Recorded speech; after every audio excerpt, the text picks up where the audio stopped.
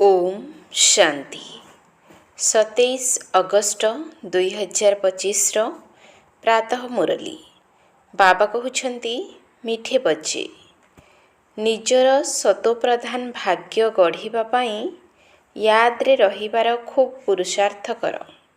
सर्वदा मने रहू जे मु आत्मा मोते बाबांक ठारू पूरा संपत्ति नेबाकू हेबो। निजर सतोप्रधान भाग्य गढ़ापी याद्रे रहिबार खूब पुरुषार्थ कर। सर्वदा मने रहू जे मु आत्मा मोते बाबांक ठारू पूरा संपत्ति नेबाकू हेबो।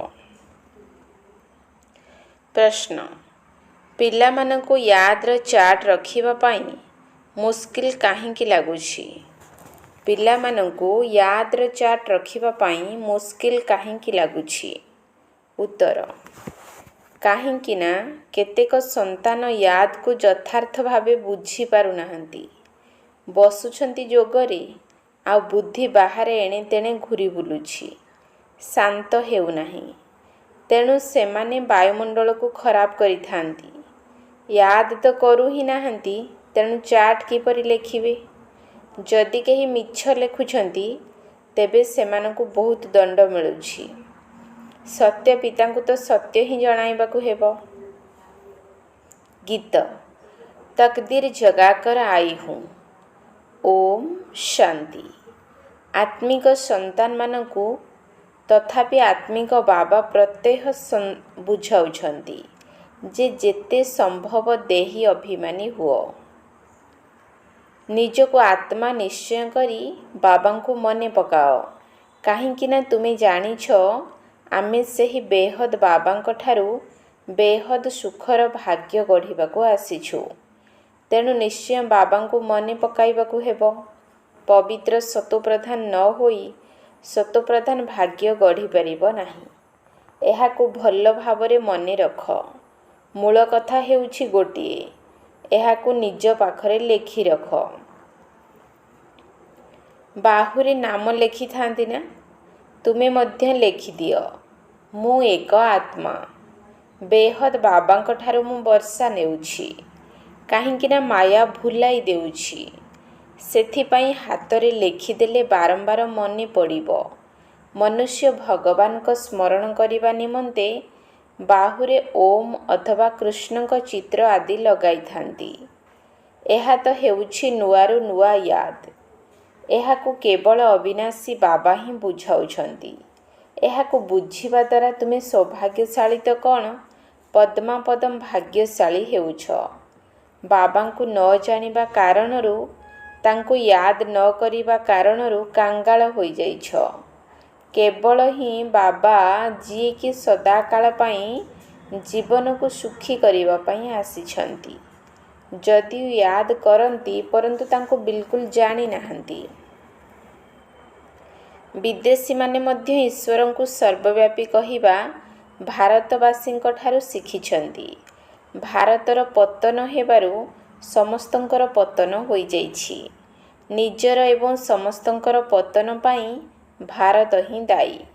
बाबा कहउछंती मु मध्य एठाको आसी भारत को स्वर्ग सत्य खंड करुछि। एपरि स्वर्गर रचयितांकर केते ग्लानि करि देइछंती, भूली जाइछंती। सेथिपाई लेखा अछि यदा यदा हि धर्मस्य। एहार अर्थ मध्य बाबा ही आसी बुझाउछंती। बलिहारी तो एका बाबांकर। एबे तुमे जानुछ बाबा आसुछंती निश्चय। शिव जयंती पालन करुछंती, किंतु शिव जयंतीर महत्व रखि नाहंती। एबे तुमे पिला माने जानुछ जरूर आसीथिले जहार जयंती पालन करुछंती। सेही सत्ययुगी आदि सनातन देवी देवता धर्मर स्थापना करुछंती। अन्य समस्ते जानिछंती जे आमर धर्म अमुक समय रे अमुक स्थापन करिछंती। तांको पूर्वरु देवी देवता धर्म ही थिला। एही धर्म किपरि लोप पाइगला ताहा आदौ जानि नाहंती। एबे बाबा आसी बुझाउछंती। बाबा ही सबुठारु श्रेष्ठ, आउ काहार भी महिमा नाही। धर्म स्थापकंकर कौन महिमा कराजिबो? ବାବା ହିଁ ପବିତ୍ର ଦୁନିଆର ସ୍ଥାପନା ଏବଂ ପତିତ ଦୁନିଆର ବିନାଶ କରାଇ ତୁମକୁ ମାୟା ଉପରେ ବିଜୟ ପ୍ରାପ୍ତ କରାଉଛନ୍ତି। ଏହା ହେଉଛି ବେହଦର କଥା। ସାରା ବେହଦ ଦୁନିଆ ଉପରେ ରାବଣ ରାଜ୍ୟ ଚାଲିଛି। ହଦ୍ର ଲଙ୍କା ଆଦିର କୌଣସି କଥା ନାହିଁ। ଏହି ହାର ଜିତ୍ର କାହାଣୀ ମଧ୍ୟ ସାରା ଭାରତର। ବାକି ସବୁ ହେଉଛି ଶାଖା ପ୍ରଶାଖା। ଭାରତରେ ହିଁ 2 ମୁକୁଟଧାରୀ ଏବଂ 1 ମୁକୁଟଧାରୀ ରାଜା ହୋଇଥାନ୍ତି। ଆଉ ଯେଉଁ ସବୁ ବଡ଼ ବଡ଼ ବାଦଶାହମାନେ ହୋଇକି ମରିଯାଇଛନ୍ତି, କାହା ଉପରେ ବି ଲାଇଟ୍ର ମୁକୁଟ ରହୁନାହିଁ, କେବଳ ଦେବୀ ଦେବତାଙ୍କ ବ୍ୟତୀତ। ଦେବତାମାନେ ତ ସ୍ୱର୍ଗର ମାଲିକ ଥିଲେ ନା। ବାସ୍ତବରେ ଶିବ ବାବାଙ୍କୁ ପରମ ପିତା ପତିତ ପାବନ କୁହାଯାଏ। ୟାଙ୍କୁ କିପରି ଲାଇଟ୍ ଦେଇପାରିବେ? ଲାଇଟ୍ ସେବେ ଦିଆଯାଇପାରିବ ଯେବେ ବିନା ଲାଇଟ୍ ପତିତ ହେବେ। ଶିବ ବାବା କେବେ ବିନା ଲାଇଟ୍ ବାଲା ପତିତ ହୁଅନ୍ତି ନାହିଁ। ବିନ୍ଦୁ ଉପରେ କିପରି ଲାଇଟ୍ ଦେଇହେବ? ଅସମ୍ଭବ। ଦିନକୁ ଦିନ ତୁମକୁ ବହୁତ ଗୁହ୍ୟ କଥା ବୁଝାଯାଉଛି। ଯିଏ ଯେତେ ବୁଦ୍ଧିରେ ଧାରଣ କରିପାରିବ। ମୁଖ୍ୟ ହେଉଛି ହିଁ ୟାଦ୍ର ଯାତ୍ରା। ଏଥିରେ ମାୟାର ବହୁତ ବିଘ୍ନ ପଡ଼ିଥାଏ। ଯଦିଓ କେହି ୟାଦ୍ର ଚାର୍ଟରେ 50-60% ଲେଖି ମଧ୍ୟ ଦେଉଛନ୍ତି, ପରନ୍ତୁ ବୁଝିପାରୁନାହାନ୍ତି ଯେ ୟାଦ୍ର ଯାତ୍ରା କାହାକୁ କୁହାଯାଏ। ବାରମ୍ବାର ପଚାରୁଛନ୍ତି, ଏହି କଥାକୁ ୟାଦ୍ କୁହାଯିବ କି? ବହୁତ ମୁସ୍କିଲ। ତୁମେ ଏଠାରେ 10-15 ମିନିଟ୍ ବସୁଛ, ସେଥିରେ ମଧ୍ୟ ଯାଞ୍ଚ କର। ୟାଦ୍ ଭଲ ଭାବରେ ରହିଛି? ବହୁତ ଅଛନ୍ତି ଯେଉଁମାନେ କି ୟାଦ୍ରେ ରହିପାରୁନାହାନ୍ତି, ତେଣୁ ସେମାନେ ବାୟୁମଣ୍ଡଳକୁ ଖରାପ କରିଦେଉଛନ୍ତି। ଅନେକ ଅଛନ୍ତି ଯେଉଁମାନେ କି ୟାଦ୍ରେ ନ ରହିବା କାରଣରୁ ବିଘ୍ନ ପକାଉଛନ୍ତି, ତେଣୁ ସାରାଦିନ ବୁଦ୍ଧି ବାହାରେ ଭ୍ରମିତ ହେଉଛି। ତାହା କ'ଣ ଏଠାରେ ବସିଲେ ଶାନ୍ତ ହୋଇଯିବ? ସେଥିପାଇଁ ୟାଦ୍ର ଚାର୍ଟ ମଧ୍ୟ ରଖୁନାହାନ୍ତି। ମିଛ ଲେଖିବା ଦ୍ୱାରା ତ ଆହୁରି ଅଧିକ ଦଣ୍ଡ ପଡ଼ିବ। ବହୁତ ସନ୍ତାନମାନେ ଭୁଲ କରୁଛନ୍ତି ଏବଂ ଲୁଚାଉଛନ୍ତି, ସତ୍ୟ କଥା କହୁନାହାନ୍ତି। ଯଦି ବାବା ପଚାରିଲେ ଏବଂ ମିଛ କହିଲ, ତେବେ କେତେ ଦୋଷ ହୋଇଯିବ। କେତେ ବି ବଡ଼ ନିକୃଷ୍ଟ କାମ କରିଥିବ, ସତ୍ୟ କହିବାରେ ଲଜ୍ଜା ଆସିବ। ପ୍ରାୟତଃ ସବୁ ମିଛ କହିବେ। ମିଛ ମାୟା ମିଛ କାୟା ଅଟେ ନା? ଏକଦମ ଦେହ ଅଭିମାନରେ ଆସିଯାଉଛନ୍ତି। ସତ୍ୟ ଶୁଣାଇବା ତ ଭଲ କଥା, ଏହାଦ୍ୱାରା ଅନ୍ୟମାନେ ମଧ୍ୟ ଶିଖିବେ। ଏଠାରେ ତ ସତ୍ୟ କହିବାକୁ ପଡ଼ିବ। ଜ୍ଞାନ ସହିତ ୟାଦ୍ର ଯାତ୍ରା ମଧ୍ୟ ଜରୁରୀ। କାହିଁକି ନା ୟାଦ୍ ଯାତ୍ରା ଦ୍ୱାରା ହିଁ ନିଜର ଏବଂ ବିଶ୍ୱର କଲ୍ୟାଣ ହେବ। ଜ୍ଞାନ ବୁଝାଇବା ତ ବହୁତ ସହଜ, ୟାଦ୍ରେ ହିଁ ମେହନତ ରହିଛି। ବାକି ବୀଜରୁ ବୃକ୍ଷ କିପରି ବାହାରୁଛି, ଏହା ତ ସମସ୍ତେ ଜାଣିଛନ୍ତି। ବୁଦ୍ଧିରେ 84 ଜନ୍ମର ଚକ୍ର ରହିଛି। ବୀଜ ଏବଂ ବୃକ୍ଷର ଜ୍ଞାନ ରହିଛି ନା। ବାବା ତ ସତ୍ୟ ଚୈତନ୍ୟ ଜ୍ଞାନର ସାଗର ଅଟନ୍ତି। ତାଙ୍କ ପାଖରେ ହିଁ ବୁଝାଇବା ପାଇଁ ଜ୍ଞାନ ରହିଛି। ଏହା ହେଉଛି ବିଲକୁଲ ଅସାଧାରଣ କଥା। ଏହା ହେଉଛି ମନୁଷ୍ୟ ସୃଷ୍ଟି ରୂପୀ ବୃକ୍ଷ। ଏହା ମଧ୍ୟ କାହାକୁ ଜଣା ନାହିଁ। ସମସ୍ତେ ନେତି କରି ଚାଲିଗଲେ। ଅବଧିକୁ ହିଁ ନ ଜାଣିଥିଲେ ବାକି କ'ଣ ଜାଣିବେ? ତୁମ ମଧ୍ୟରେ ବି ବହୁତ କମ୍ ଅଛନ୍ତି ଯେଉଁମାନେ ଭଲ ଭାବରେ ଜାଣିଛନ୍ତି। ସେଥିପାଇଁ ସେମିନାର ମଧ୍ୟ ଡକାଇଥାନ୍ତି। ନିଜ ନିଜର ବିଚାର ଦିଅନ୍ତୁ। ବିଚାର ତ ଯେ କେହି ବି ଦେଇପାରିବେ। ଏପରି ନୁହେଁ ଯେ ଯାହାଙ୍କର ନାମ ଅଛି ସେଇମାନେ ହିଁ କେବଳ ବିଚାର ଦେବେ। ଆମର ନାମ ତ ନାହିଁ, ଆମେ କିପରି ବିଚାର ଦେବୁ? ଏହିଭଳି ଭାବନା ଠିକ୍ ନୁହେଁ। କେହି ବି ସେବାର୍ଥେ କୌଣସି ବିଚାର ଥିଲେ, ଉପଦେଶ ଥିଲେ ଲେଖିପାରିବ। ବାବା କହୁଛନ୍ତି ଯେ ମନରେ କୌଣସି ବିଚାର ଆସିଲେ ଲେଖିବା ଦରକାର ଯେ ବାବା, ଏହି ଉପାୟରେ ସେବା ବହୁତ ବଢ଼ିପାରିବ। ଯେ କେହି ବି ରାୟ ଦେଇପାରିବେ। ଦେଖିବା କେଉଁ କେଉଁ ପ୍ରକାରର ବିଚାର ଦେଇଛନ୍ତି। ବାବା ତ କହୁଛନ୍ତି କେଉଁ ଯୁକ୍ତିରେ ଆମେ ଭାରତର କଲ୍ୟାଣ କରିବୁ, ସମସ୍ତଙ୍କୁ ସନ୍ଦେଶ ଦେବୁ। ପରସ୍ପର ମଧ୍ୟରେ ବିଚାର ବିମର୍ଶ କରି ବାବାଙ୍କ ପାଖକୁ ଲେଖି ପଠାଅ। ମାୟା ସମସ୍ତଙ୍କୁ ଭୁଲାଇ ଶୁଆଇ ଦେଇଛି। ବାବା ସେତେବେଳେ ଆସନ୍ତି ଯେତେବେଳେ ମୃତ୍ୟୁ ସମ୍ମୁଖରେ ଥାଏ। ବର୍ତ୍ତମାନ ବାବା କହୁଛନ୍ତି ସମସ୍ତଙ୍କର ଏବେ ବାନପ୍ରସ୍ଥ ଅବସ୍ଥା। ପଢ଼ ବା ନ ପଢ଼ ନିଶ୍ଚୟ ମରିବାକୁ ହେବ। ପ୍ରସ୍ତୁତି କର ବା ନ କର ନୂଆ ଦୁନିଆ ନିଶ୍ଚୟ ସ୍ଥାପନ ହେବ। ଯେଉଁମାନେ ଭଲ ଭଲ ସନ୍ତାନ ଅଛନ୍ତି ସେମାନେ ନିଜର ପ୍ରସ୍ତୁତି କରୁଛନ୍ତି। ସୁଦାମାଙ୍କ ଉଦାହରଣର ଗାୟନ ମଧ୍ୟ ରହିଛି। ମୁଠାଏ ଚାଉଳ ନେଇ ଆସିଲେ। ବାବା ଆମକୁ ମଧ୍ୟ ମହଲ ମିଳିବା ଦରକାର। ତାଙ୍କ ପାଖରେ ତ ଚାଉଳ ମୁଠା ହିଁ ଅଛି, ତେବେ କ'ଣ କରିବେ? ବାବା ମଧ୍ୟ ମମ୍ମାଙ୍କ ଉଦାହରଣ ଦେଉଛନ୍ତି। ଚାଉଳ ମୁଠାଏ ମଧ୍ୟ ଆଣିନଥିଲେ, ତଥାପି କେତେ ଉଚ୍ଚ ପଦ ପାଇଗଲେ। ଏଥିରେ ପଇସାର କୌଣସି କଥା ନାହିଁ। ୟାଦରେ ରହିବାକୁ ହେବ ଏବଂ ନିଜ ସମ୍ମାନ କରିବାକୁ ହେବ। ବାବାଙ୍କର ତ କୌଣସି ପାଉଣା ଆଦି ନେବାର ନାହିଁ। ଭାବୁଛନ୍ତି ଆମ ପାଖରେ ପଇସା ପଡ଼ି ରହିଛି, ତେବେ କାହିଁକି ନା ଯଜ୍ଞରେ ସ୍ୱାହା ନ କରିବୁ? ବିନାଶ ତ ନିଶ୍ଚୟ ହେବ, ସବୁ ବ୍ୟର୍ଥ ହୋଇଯିବ। ସେଥିରୁ କିଛି ତ ସଫଳ କରିଦିଏ। ପ୍ରତ୍ୟେକ ମନୁଷ୍ୟ କିଛି ନା କିଛି ଦାନ ପୁଣ୍ୟ ଆଦି ନିଶ୍ଚୟ କରିଥାନ୍ତି। ତାହା ହେଉଛି ପାପ ଆତ୍ମାମାନଙ୍କୁ ଦାନ ପୁଣ୍ୟ। ତଥାପି ତା'ର ଅଳ୍ପ କାଳ ପାଇଁ ଫଳ ମିଳିଥାଏ। ମନେକର କେହି ୟୁନିଭର୍ସିଟି, କଲେଜ ଆଦି ତିଆରି କରୁଛନ୍ତି। ପଇସା ଅଧିକ ଅଛି, ଧର୍ମଶାଳା ଆଦି ତିଆରି କରୁଛନ୍ତି। ତେବେ ତାଙ୍କୁ ପରଜନ୍ମରେ ଘରଦ୍ୱାର ଆଦି ଭଲ ମିଳିଯିବ। କିନ୍ତୁ ରୋଗ ଆଦି ତ ହେବ ନା। ମନେକର କେହି ଡାକ୍ତରଖାନା ତିଆରି କରିଥିବେ, ତେବେ ତାଙ୍କର ସ୍ୱାସ୍ଥ୍ୟ ଭଲ ରହିବ। କିନ୍ତୁ ତାହା ଦ୍ୱାରା ସବୁ କାମନା ତ ପୂରଣ ହୋଇନଥାଏ। ଏଠାରେ ତ ବେହଦ୍ ବାବାଙ୍କ ଦ୍ୱାରା ତୁମକୁ ସବୁ କାମନା ପୂର୍ଣ୍ଣ ହୋଇଯାଉଛି। ତୁମେ ନିଜେ ପବିତ୍ର ହେଉଛ, ତେଣୁ ତୁମର ସବୁ ଧନ ବିଶ୍ୱକୁ ପାବନ କରାଇବାରେ ଲଗାଇବା ଉଚିତ ନା। ମୁକ୍ତି ଜୀବନ ମୁକ୍ତି ଦେଉଛି, ତାହା ମଧ୍ୟ ଅଧାକଳ୍ପ ପାଇଁ। ସମସ୍ତେ କହୁଛନ୍ତି ଆମକୁ ଶାନ୍ତି କିପରି ମିଳିବ? ଶାନ୍ତି ତ ଶାନ୍ତି ଧାମରେ ମିଳିବ ଏବଂ ସତ୍ୟ ଯୁଗରେ। ଏକ ଧର୍ମ ଥିବା କାରଣରୁ ସେଠାରେ ଅଶାନ୍ତି ରହିବ ନାହିଁ। ଅଶାନ୍ତି ଥାଏ ରାବଣ ରାଜ୍ୟରେ। ଗାୟନ ମଧ୍ୟ ରହିଛି ନା, ରାମ ରାଜା ରାମ ପ୍ରଜା। ତାହା ହେଉଛି ଅମର ଲୋକ। ଅମର ଲୋକରେ ମୃତ୍ୟୁ ଅକ୍ଷର ରହିବ ନାହିଁ। ଏଠାରେ ତ ବସୁ ବସୁ ଅଚାନକ ମରିଯାଉଛନ୍ତି। ଏହାକୁ ମୃତ୍ୟୁଲୋକ, ତାକୁ ଅମର ଲୋକ କୁହାଯାଏ।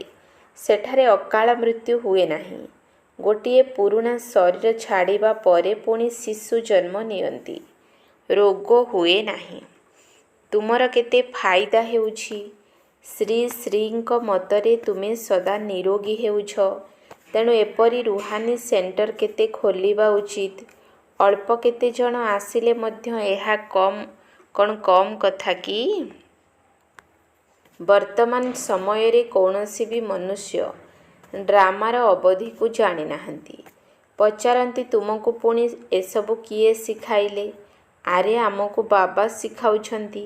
ଏତେ ଢେର ବ୍ରହ୍ମା କୁମାର କୁମାରୀ ଅଛନ୍ତି। ତୁମେ ମଧ୍ୟ ହେଉଛ ବିକେ, ଶିବ ବାବାଙ୍କର ସନ୍ତାନ। ତୁମେ ପ୍ରଜାପିତା ବ୍ରହ୍ମାଙ୍କର ମଧ୍ୟ ସନ୍ତାନ ଅଟ। ଇଏ ହେଲେ ମନୁଷ୍ୟମାନଙ୍କର ଗ୍ରେଟ୍ ଗ୍ରେଟ୍ ଗ୍ରାଣ୍ଡ ଫାଦର। ଏହାଙ୍କ ଠାରୁ ଆମେ ବିକେମାନେ ସୃଷ୍ଟି ହୋଇଛୁ। କୁଟୁମ୍ବ ସବୁ ଥାଏ ନା। ତୁମର ଦେବୀ ଦେବତା କୁଳ ବହୁତ ସୁଖଦାୟୀ ଥିଲା। ଏଠାରେ ତୁମେ ଉତ୍ତମ ହେଉଛ, ପୁଣି ସେଠାରେ ରାଜ୍ୟ କରୁଛ। ଏହା କାହାର ବୁଦ୍ଧିରେ ରହିବ ନାହିଁ। ଏହା ମଧ୍ୟ ପିଲାମାନଙ୍କୁ ବୁଝାଯାଇଛି ଯେ ଦେବତାମାନଙ୍କ ପାଦ ଏହି ତମୋପ୍ରଧାନ ଦୁନିଆରେ ପଡ଼ିପାରିବ ନାହିଁ। ଜଡ଼ଚିତ୍ରର ପରଛାଇ ପଡ଼ିପାରେ, ଚୈତନ୍ୟରେ ଦେବାଦେବୀଙ୍କ ପାଦ ଏଠାରେ ପଡ଼ିପାରିବ ନାହିଁ।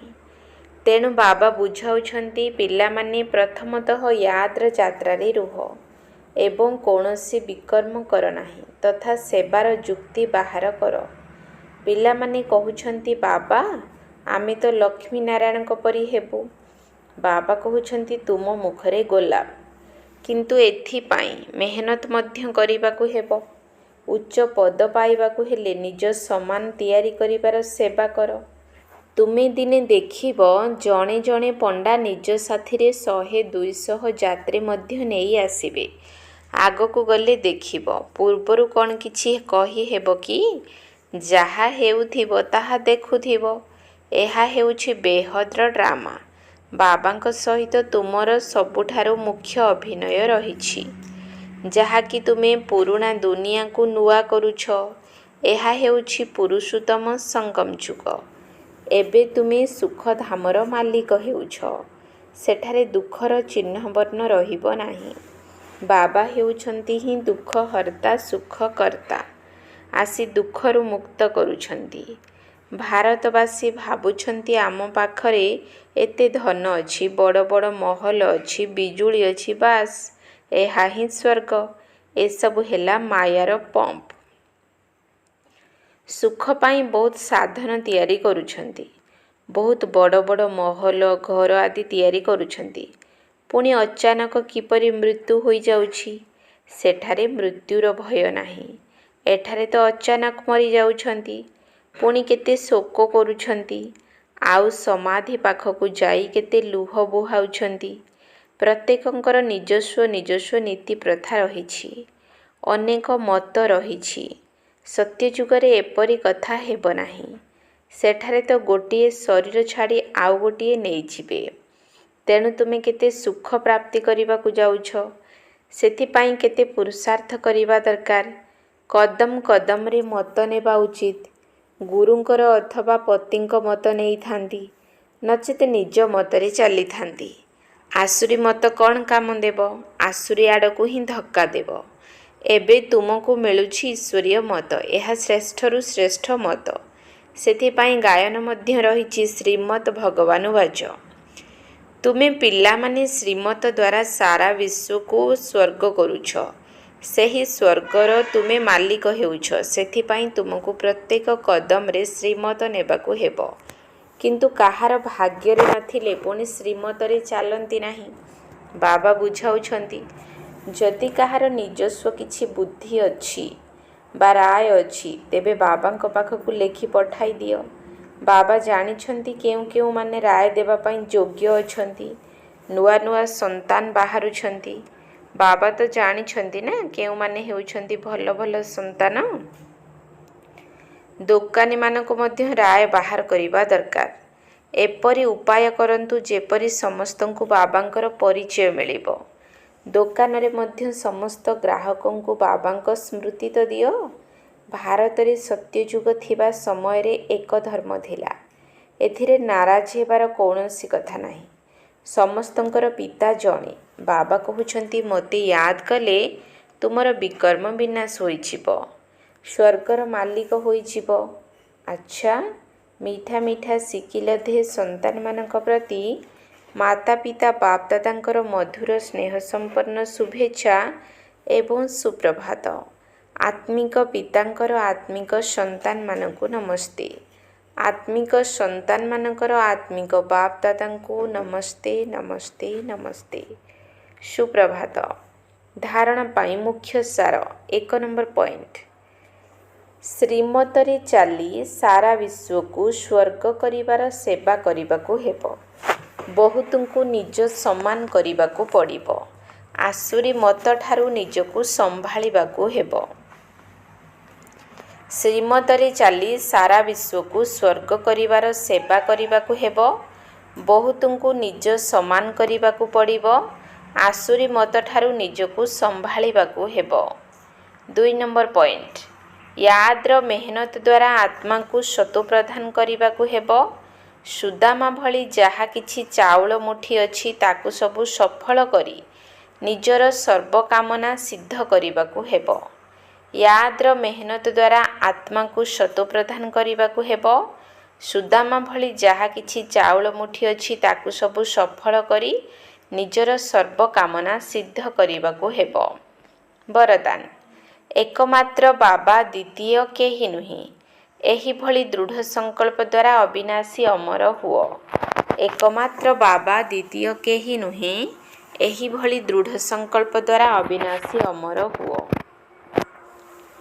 ଯେଉଁ ପିଲାମାନେ ଏହିଭଳି ଦୃଢ଼ ସଂକଳ୍ପ କରିଥାନ୍ତି, ଯେ ମୋର ତ ଏକମାତ୍ର ବାବା, ଦ୍ୱିତୀୟ କେହି ନୁହେଁ। ସେମାନଙ୍କର ସ୍ଥିତି ସ୍ୱତଃ ଏବଂ ସହଜରେ ଏକରସ ଅର୍ଥାତ୍ ଅଚଳ ହୋଇଯାଏ। ଏହି ଦୃଢ଼ ସଂକଳ୍ପ ଦ୍ୱାରା ସର୍ବ ସମ୍ବନ୍ଧଗୁଡ଼ିକର ଅବିନାଶୀ ତାର ଯୋଡ଼ି ହୋଇଯାଇଥାଏ ଏବଂ ସର୍ବଦା ଅବିନାଶୀ ଭବ ଅମର ଭବର ବରଦାନ ମିଳିଯାଏ। ଏହା ବ୍ୟତୀତ ଦୃଢ଼ ସଂକଳ୍ପ କରିବା ଦ୍ୱାରା ପୁରୁଷାର୍ଥରେ ମଧ୍ୟ ବିଶେଷ ରୂପରେ ଲିଫ୍ଟ ମିଳିଯାଏ ଏବଂ ଯେଉଁମାନଙ୍କର ଏକମାତ୍ର ବାବାଙ୍କ ସହିତ ସମ୍ବନ୍ଧ ରହିଛି ସେମାନଙ୍କୁ ସର୍ବପ୍ରାପ୍ତିଗୁଡ଼ିକ ଆପେ ଆପେ ମିଳିଯାଏ। ସ୍ଲୋଗାନ: ଭାବିବା, କହିବା ଏବଂ କରିବା ଏହି ତିନୋଟିକୁ ଏକାଭଳି କର, ତେବେ କୁହାଯିବ ସର୍ବୋତ୍ତମ ପୁରୁଷାର୍ଥୀ। ଭାବିବା, କହିବା ଏବଂ କରିବା ଏହି ତିନୋଟିକୁ ଏକାଭଳି କର, ତେବେ କୁହାଯିବ ସର୍ବୋତ୍ତମ ପୁରୁଷାର୍ଥୀ। ଅବ୍ୟକ୍ତ ଇସାରା: ଯଦି ସହଜ ଯୋଗୀ ହେବାକୁ ଚାହୁଁଛ ତେବେ ପରମାତ୍ମ ସ୍ନେହର ଅନୁଭବୀ ହୁଅ। ଯେଉଁ ସମୟରେ ଯେଉଁ ସମ୍ବନ୍ଧର ଆବଶ୍ୟକତା ଅଛି ସେହି ସମ୍ବନ୍ଧରେ ଭଗବାନଙ୍କୁ ନିଜର କରିନିଅ। ଦିଲ୍ରେ ମେରା ବାବା ଏବଂ ବାବା କହିବେ ମୋର ବଚ୍ଚେ। ଏହିଭଳି ସ୍ନେହର ସାଗରରେ ସମାହିତ ହୋଇଯାଅ ଅର୍ଥାତ୍ ବୁଡ଼ି ରୁହ। ସ୍ନେହ ହିଁ ଛତ୍ରଛାୟାର କାମ କରିଥାଏ। ଏହା ଭିତରକୁ ମାୟା ଆସିପାରିବ ନାହିଁ। ଏହା ହିଁ ହେଉଛି ସହଜ ଯୋଗୀ ହେବାର ସହଜ ସାଧନ। ଓମ୍ ଶାନ୍ତି।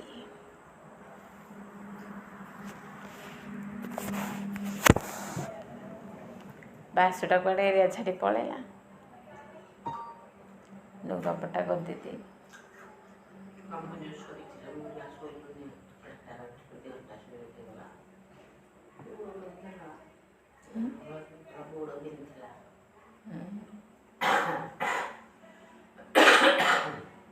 ହେରା ଦେଇଦେଲେ ଲିବିଡ଼ି ସେଠି ଯେମିତି ଖାଇଦେବା ଆଜି ରାତିରେ ଗୋଟେ ଶୋଇପଡ଼ିବ।